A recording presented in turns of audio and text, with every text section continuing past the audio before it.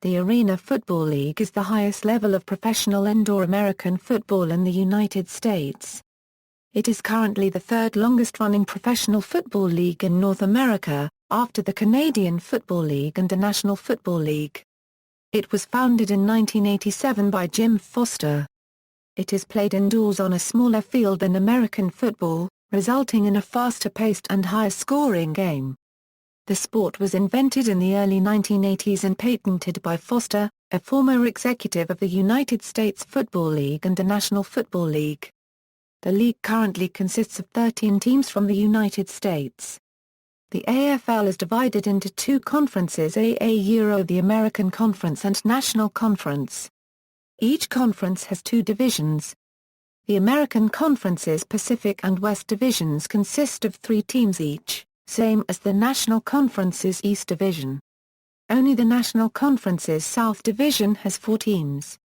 The regular season is a 20-week schedule during which each team plays 18 games and has 2 bye weeks.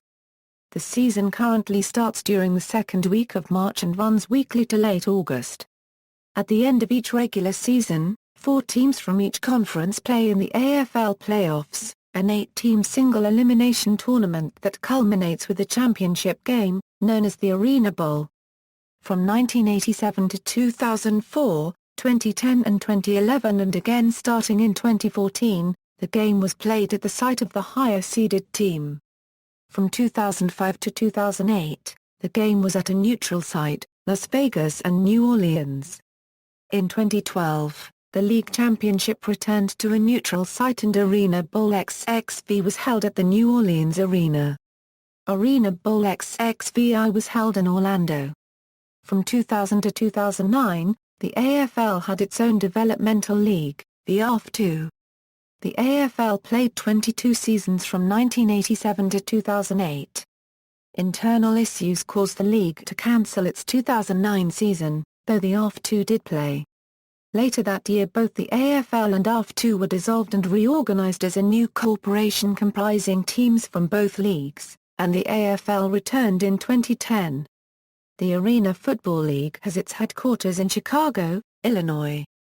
The league's average game attendance since returning in 2010 has been approximately 8,000 per game.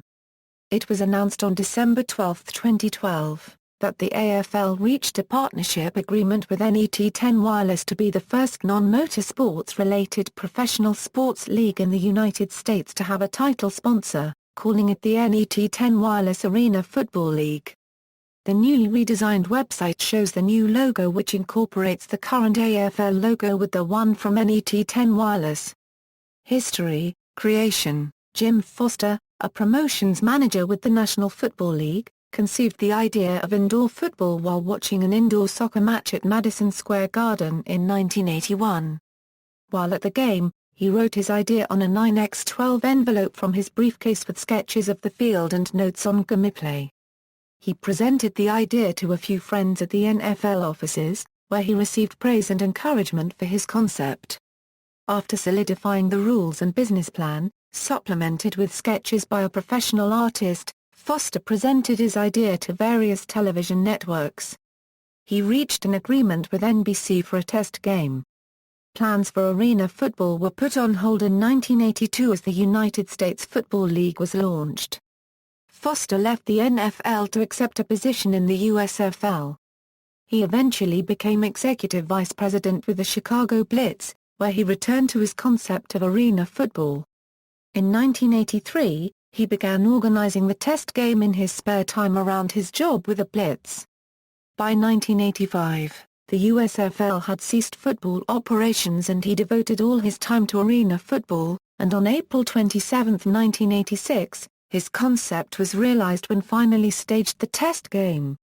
The test game was played in Rockford, Illinois at the Rockford Metro Center. Sponsors were secured, and players and coaches from local colleges were recruited to volunteer to play for the teams, the Chicago Politicians and Rockford Metros, with the guarantee of a tryout should the league take off. Interest was high enough following the initial test game that Foster decided to put on a second showcase game. The second game was held on February 26, 1987 at the Rosemont Horizon in Chicago with a budget of $20,000, up from $4,000 in the original test game. Foster also invited ESPN to send a film crew to the game. A highlights package aired on SportsCenter. Inaugural season. Following the successes of his trial run games, Foster moved ahead with his idea for arena football. He founded the Arena Football League with 4 teams, the Pittsburgh Gladiators, Denver Dynamite, Washington Commandos, and Chicago Bruisers. Foster appointed legendary Darryl Mouse Davis, godfather of the run-and-shoot and modern pro offense, as executive director of football operations. Davis hired the original coaches and was the architect of the league's original wide-open offensive playbooks.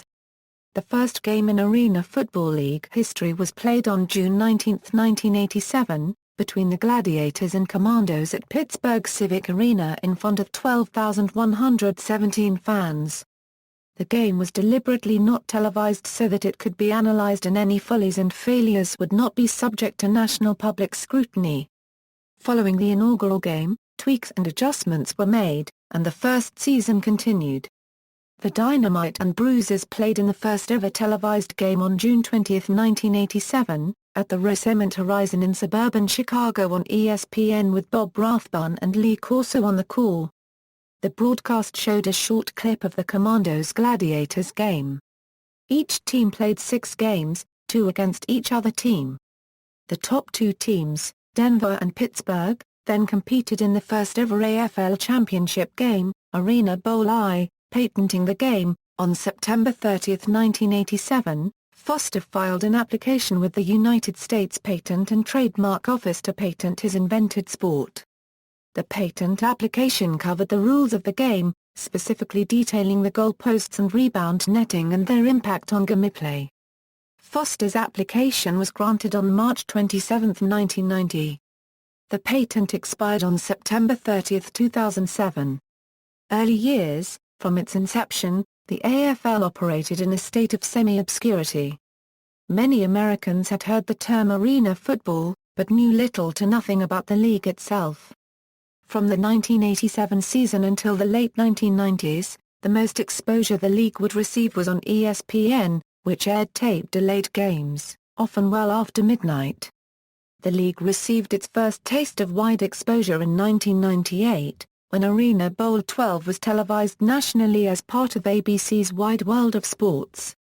On Saturday, July 23, 1989, much of America learned of the AFL for the wrong reason, when Pittsburgh Gladiators head coach Joe Herring made football history by decking Commissioner Jim Foster with a punch during a game with the Chicago Bruisers. The mainstream media ran wild with the story, including a photo in USA Today. Oddly, the game was played between the 2 teams in Sacramento's Arco Arena, as part of the AFL's Barnstorming America tour. Foster had walked onto the field of play to mediate an altercation between the 2 teams when Herring, a former NFL assistant, punched him in the jaw. Herring was suspended without pay.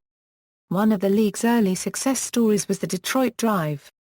A primary team for some of the AFL's most highly regarded players, including George LaFrance, Gary and Alvin Rettig, as well as being a second career chance for quarterback Art Schlichter. The Drive regularly played before sold-out crowds at Joe Louis Arena, and went to the Arena Bowl every year of their existence.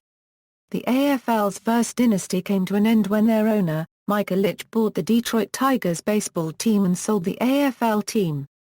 Although the Drive left the league, the AFL had a number of other teams which it considered dynasties, including the Tampa Bay Storm, their arch-rival the Orlando Predators, the San Jose SaberCats of the present decade, and their rivals the Arizona Rattlers.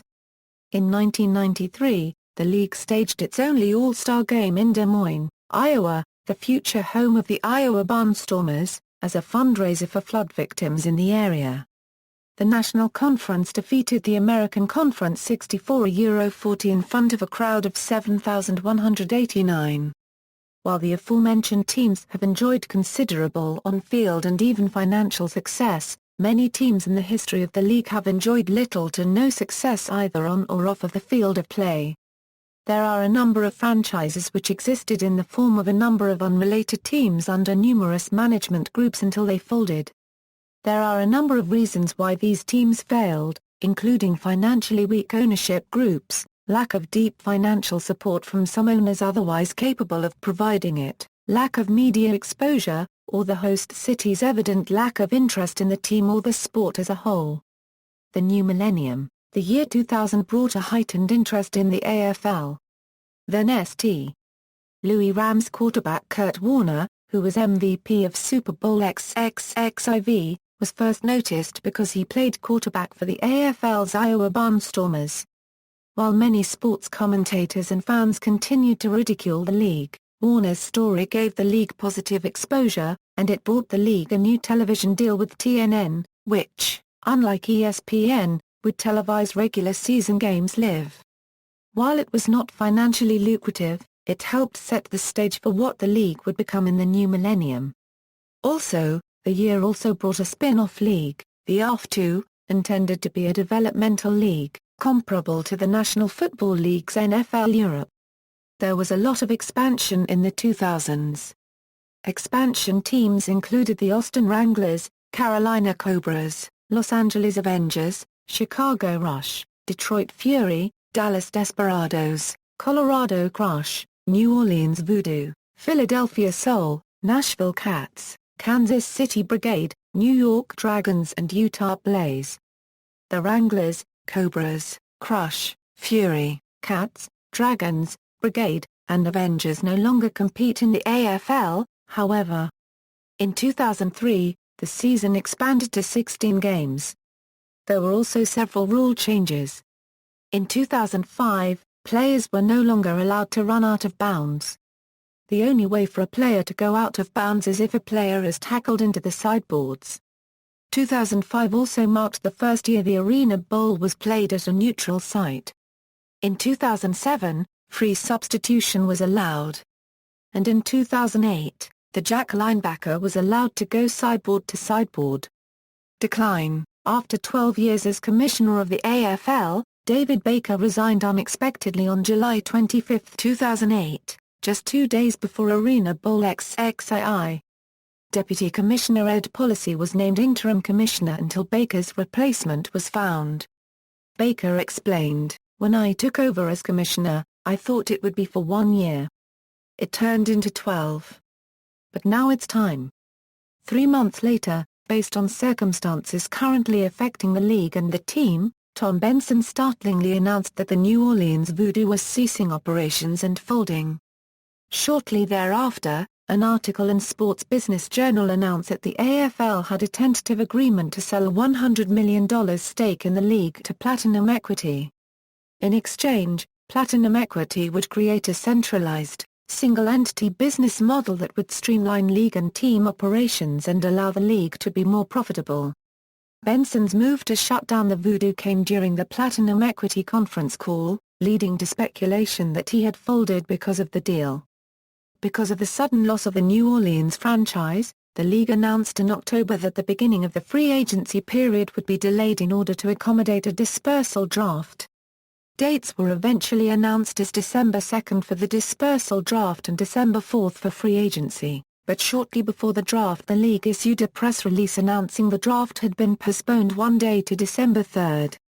Shortly thereafter, another press release announced that the draft would be held on December 9 and free agency would commence on December 11. However, the draft still never took place, and instead another press release was issued stating that both the draft and free agency had been postponed indefinitely. Rumors began circulating that the league was in trouble and on the verge of folding, but owners were quick to deny those claims. It was soon revealed the Players' Union had agreed to cut the salary cap for the 2009 season in order to prevent a total cessation of operations. However, the announced Platinum Equity investment never materialized.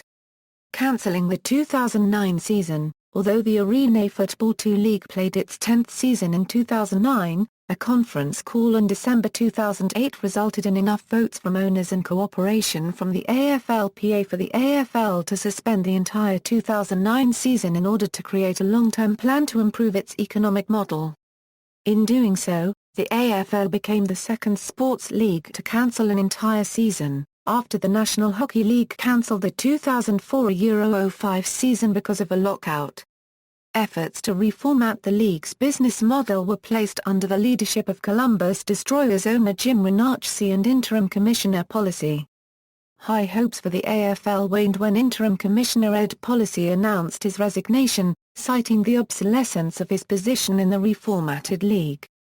2 weeks later, the Los Angeles Avengers announced that they were formally folding the franchise. 1 month later, the league missed the deadline to formally ratify the new CBA and announced that it was eliminating health insurance for the players. Progress on the return stalled, and no announcements were made regarding the future of the league. On July 20, 2009, Sports Business Journal reported that the AFL owed approximately $14 million to its creditors and were considering filing for Chapter 11 bankruptcy protection. In early August 2009, numerous media outlets began reporting that the AFL was folding permanently and would file for Chapter 7 bankruptcy. The league released a statement on August 4 to the effect that while the league was not folding, it was suspending league operations indefinitely. Despite this, several of the league's creditors filed papers to force a Chapter 7 liquidation if the league did not do so voluntarily. This request was granted on August 7, though converted to a Chapter 11 reorganization on August 26. Relaunch, rebuilding and rockstar owners. Following the suspension of the AFL's 2009 season, league officials and owners of AF2 began discussing the future of arena football and the two leagues. With its 50.1% ownership of AF2, the AFL's bankruptcy and dissolution prompted the dissolution of AF2 as well. That league was formally considered disbanded on September 8, 2009, when no owner committed his or her team to the league's 11th season by that deadline. For legal reasons, AF2 league officials and owners agreed to form a new legal entity, Arena Football One, with former AFL teams the Arizona Rattlers and Orlando Predators joining the former AF2. All assets of the Arena Football League were put up for auction. On November 11, 2009, the new league announced its intention to purchase the entire assets of the former AFL. The assets included the team names and logos of all but one of the former AFL and AF2 teams. The lone exception was that of the Dallas Desperados. Desperados owner Jerry Jones had purposely designed the Desperados properties around those of the Dallas Cowboys, making the two inseparable.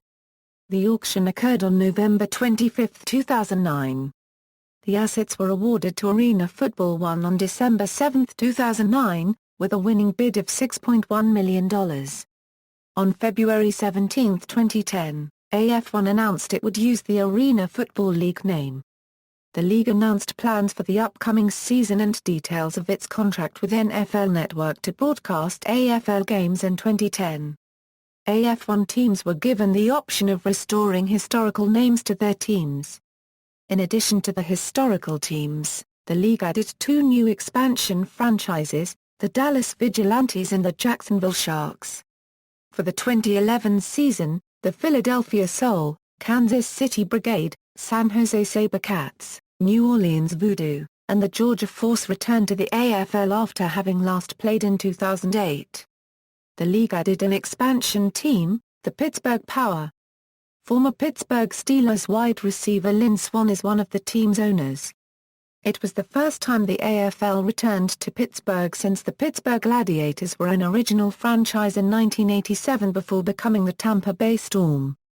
The Brigade changed its name to the Command, becoming the Kansas City Command. Even though they were returning teams, the Bossy-era Shreveport Battle Wings moved to New Orleans as the Voodoo, the identity formerly owned by New Orleans Saints owner Tom Benson. The Alabama Vipers moved to Duluth, Georgia to become the new Georgia Force. On October 25, 2010 the Oklahoma City Yard DAWGZ did not return. The Milwaukee Iron also changed names to the Milwaukee Mustangs, the name of Milwaukee's original AFL team that had existed from 1994 to 2001. In 2012, the AFL celebrated its silver anniversary for its 25th season of operations. The season kicked off on March 9, 2012. the Tulsa Talons moved to San Antonio, Texas, and Jeffrey Vanik became owner of the Tampa Bay Storm. The Dallas Vigilantes were left off the schedule for the 2012 season with no announcement from the management, raising speculations that either the team had suspended operations for the season or was ceasing operations altogether. Like the National Football League, the AFL postponed the free agency period to October 31 due to Hurricane Sandy. In 2013, the league expanded with the addition of 2 new franchises to play in 2014, the Los Angeles Kings and the Portland Thunder. In 2014, the league announced the granting of a new franchise to former Motley Crue frontman Vince Neil, previously part owner of the Jacksonville Sharks. That franchise, Las Vegas Outlaws, was set to play in Las Vegas at the MGM Grand Garden Arena in 2015, but instead will play their home games at the Thomas and Mack Center, previous home to the Las Vegas Sting and Las Vegas Gladiators. And after 20 years as a familiar name to the league, an AFL mainstay, the Iowa Barnstormers, departed the league to join the Indoor Football League. The San Antonio Talons folded on October 13, 2014, after the league failed to find a new owner.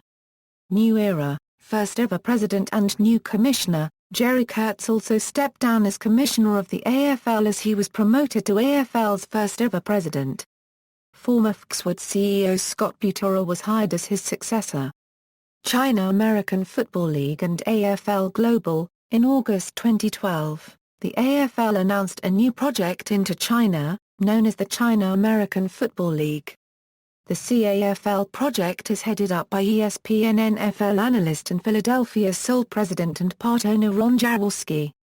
The plans are to establish a 6-team league that would play a 10-week schedule that is slated to start in October 2014. AFL coaches and trainers will travel to China to help teach the rules of the sport to squads made up of Chinese and American players with the goal of starting an official Chinese arena league. Ganlin Media International were given exclusive rights to the new Chinese league. AFL Global and Ganlin Media were created in 2012 by businessman Martin E. Judge, founder and owner of the Judge Group.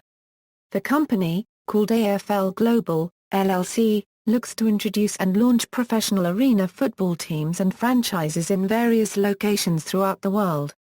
After their successful trip to China to help promote the game, they formally announced plans to further develop AFL China by the fall of 2014 by starting a comprehensive training program in May 2013 with exhibition games planned for the cities of Beijing and Guangzhou in October.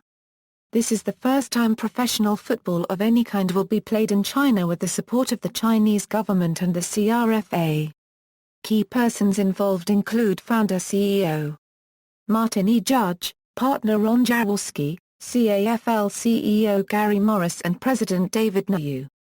Ganlin Media has since dropped its name and will carry the league's name as its company. CAFL teams. These teams were created as college teams playing under professional arena football rules: Hebei Nirvana, Shandong Flames, Shenyang Tigers, Tianjin Pirates, Wuhan Nine-Headed Birds, Xi'an Northwest Wolves, teams. Postseason. From the league's inception through Arena Bowl 18, the championship game was played at the home of the highest-seeded remaining team. The AFL then switched to a neutral site championship, with Arena Bowls 19 and 20 in Las Vegas. New Orleans Arena, home of the New Orleans Voodoo, served as the site of Arena Bowl XXI on July 29, 2007. This was the first professional sports championship to be staged in the city since Hurricane Katrina struck in August 2005. The San Jose SaberCats earned their third championship in 6 years by defeating the Columbus Destroyers 55-33. Arena Bowl XXI in New Orleans was deemed a success, and the city was chosen to host Arena Bowl XXII, in which the Philadelphia Soul defeated the defending champ San Jose SaberCats. In 2010, the location returned to being decided by which of the two participating teams was seeded higher. In Arena Bowl XXII, the Spokane Shock defeated the Tampa Bay Storm at their home arena, Spokane Arena, in Spokane, Washington. In Arena Bowl XXIV, the Jacksonville Sharks, coming off of a victory in their conference final win 4 nights earlier, traveled to U.S. Airways Center in Phoenix and defeated the Arizona Rattlers 73-70. Arena Bowl XXV returned to a neutral site and was once again played in New Orleans, where the Rattlers returned and defeated the Philadelphia Soul. Since 2014 the Arena Bowl is played at the higher-seeded team. Rules: the field, an indoor padded surface 85 feet wide and 50 yards long with 8-yard end zones. Goal posts are 9 feet wide with a crossbar height of 15 feet wide with a crossbar at 10 feet. The goal side rebound nets are 30 feet wide by 32 feet high. The bottom of the nets are 8 feet above the ground. Sideline barriers are 4 feet high and made of high-density foam rubber. The equipment: the official football is the same size and weight as the National Football League ball. The players and formations: 8 players on the field. 20-man active roster. 4-man inactive roster.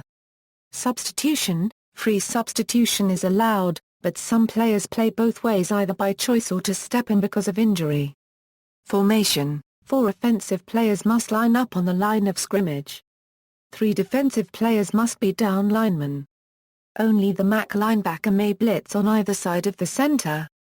Alignment is 2 or more yards off the line of scrimmage. No stunting or twisting. Offensive motion in the backfield: 1 receiver may go in a forward motion before the snap. Timing: 4 15-minute quarters with a 12-minute halftime. The clock stops for out-of-bounds plays or incomplete passes only in the last minute of each half or overtime or when the referee deems it necessary for penalties, injuries or timeouts. Each team is allowed 3 timeouts per half. In the last minute of the game, the clock stops if the team with the lead has the ball and fails to advance the ball past the line of scrimmage. This discourages teams with the lead from taking a knee near the end of a game. Movement of the ball and scoring: 4 downs are allowed to advance the ball 10 yards for a first down, or to score. 6 points for a touchdown. 1 point for a conversion by place kick after a touchdown, 2 points for a conversion by drop kick and 2 points for successful run or pass after a touchdown. 3 points for a field goal by placement or 4 points for a field goal by drop kick. 2 points for a safety. The kickoffs are from the goal line. Kickers may use a 1-inch tee. All kicks must be made by either place kick or drop kick. Punting is prohibited. The receiving team may field any kick that rebounds off the net and/or lands in the field of play. Any kickoff untouched that goes out of bounds or hits an overhead structure will be placed at the 20-yard line or the place where it went out of bounds, whichever is more advantageous to the receiving team. If a kickoff goes beyond the end zone and stays in bounds, the ball will come out to the 5-yard line. The touchback is not automatic. Players must attempt to advance the ball out of their own end zone if it is caught there. The same is true if a missed field goal attempt goes beyond the end zone and under the net. If the receiving player chooses not to take the ball out of the end zone or is tackled in the end zone, the ball is placed on the 2 or 1/2 yard line. Any field goal or extra point attempted by drop kick is worth 1 additional point. Passing rules in arena football are the same as outdoor NCAA football, in which receivers must have 1 foot in bounds. A unique exception involves the rebound nets. A forward pass that rebounds off of the end zone net is a live ball and is in play until it touches the playing surface. Overtime rules: overtime periods are 15 minutes during the regular season and the playoffs. In the first overtime each team gets 1 possession to score. Whoever is ahead after 1 possession wins. If the teams are tied after each has had a possession, whoever scores next wins. If a game is still tied after 15 minutes, a new period will begin and play continues in true sudden death thereafter. Growth of the league: average attendance for AFL games were around 10,000 to €11,000 per game in the 1990s, though during the recession connected to the dot-com bubble and the September 11, 2001 attacks, average attendance dropped below 10,000 for several years. Since the start of the 2004 season, average attendance has been above 12,000, with 12,392 in 2007. 11 of the 17 teams in operation in 2007 had average attendance figures over 13,000. In 2008, the overall attendance average increased to 12,957, with 8 teams exceeding 13,000 per game. In 2010, the overall attendance average decreased to 8,135, with only 1 team exceeding 13,000 per game. Expanding the season, the practice of playing 1 or 2 pre-season exhibition games by each team before the start of the regular season was discontinued when the NBC contract was initiated, and the regular season was extended from 14 games, the length that it had been since 1996, to 16. Since 2011, the regular season league expanded to 18 games, with each team having 2 bye weeks and the option of 2 pre-season games. Media, television. 2000s, beginning with the 2003 season, the AFL made a deal with NBC to televise league games, which was renewed for another 2 years in 2005. In conjunction with this, the league moved the beginning of the season from May to February and scheduled most of its games on Sunday instead of Friday or Saturday as it had in the past. In 2006, because of the 20 Winter Olympic Games, the Stanley Cup playoffs and the Daytona 500, NBC scaled back from weekly coverage to scattered coverage during the regular season, but committed to a full playoff schedule ending with the 20th Arena Bowl. NBC and the Arena Football League officially severed ties on June 30, 2006, having failed to reach a new broadcast deal.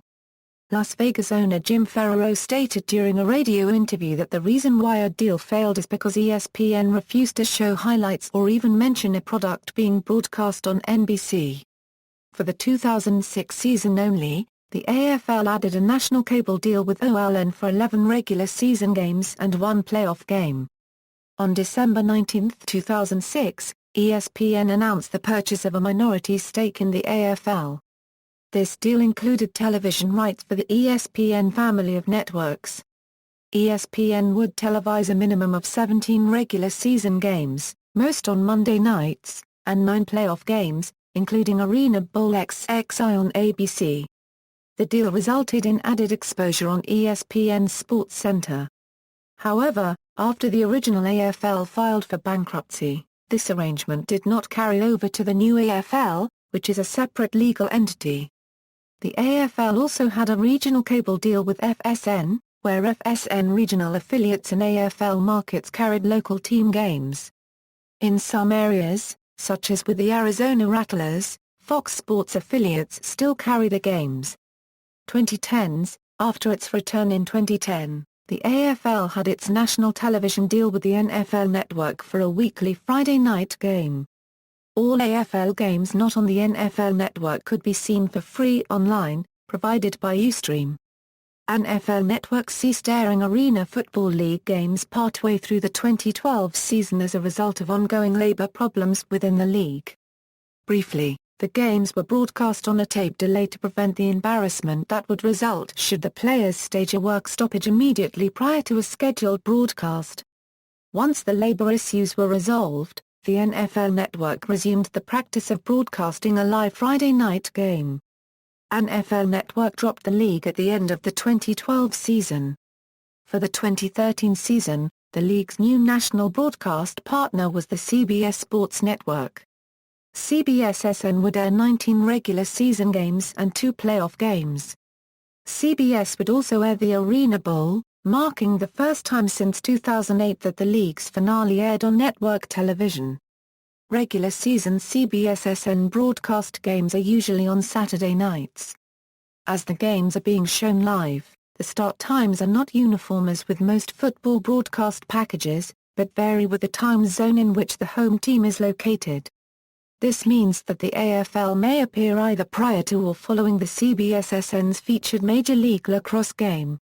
In 2014, ESPN will be returning to AFL as broadcast partners, with weekly games being shown on ESPN2 and EastNews Arena Bowl XXVI will be broadcast on ESPN. Video games. The first video game based on the AFL was Arena Football for the C64 released in 1988. On May 18, 2000, Kurt Warner's Arena Football Unleashed was released by Midway Games for the PlayStation game console. On February 7, 2006, EA Sports released Arena Football for the PlayStation 2 and Xbox. EA Sports released another AFL video game, titled Arena Football: Road to Glory, on February 21, 2007, for the PlayStation 2. Literature. In 2001, Jeff Foley published War on the Floor. An average guy plays in the Arena Football League and lives to write about it. The book details a journalist's 2 pre-seasons as an offensive specialist writer with the now-defunct Albany Firebirds. The 5'6", self-described unathletic writer played in 3 pre-season games and had 1 catch for -2 yards. Commissioners of Arena Football: Jim Foster Euro 1987 Euro 1992. Joe O'Hara Euro 1992 Euro 1994, Jim Drucker Euro 1994 Euro 1996, C. David Baker Euro 1996 Euro 2008, Ed Palacio Euro 2008 Euro 2009, Jerry Kurtz Euro 2010 Euro 2014, Scott Butra Euro 2014 Euro present, League office locations, Chicago, Tulsa, League finances. The AFL currently runs as under the single entity model, with the league owning the rights to the teams, players, and coaches. The single entity model was adopted in 2010 when the league emerged from bankruptcy. Prior to that, the league followed the franchise model more common in North American professional sports leagues.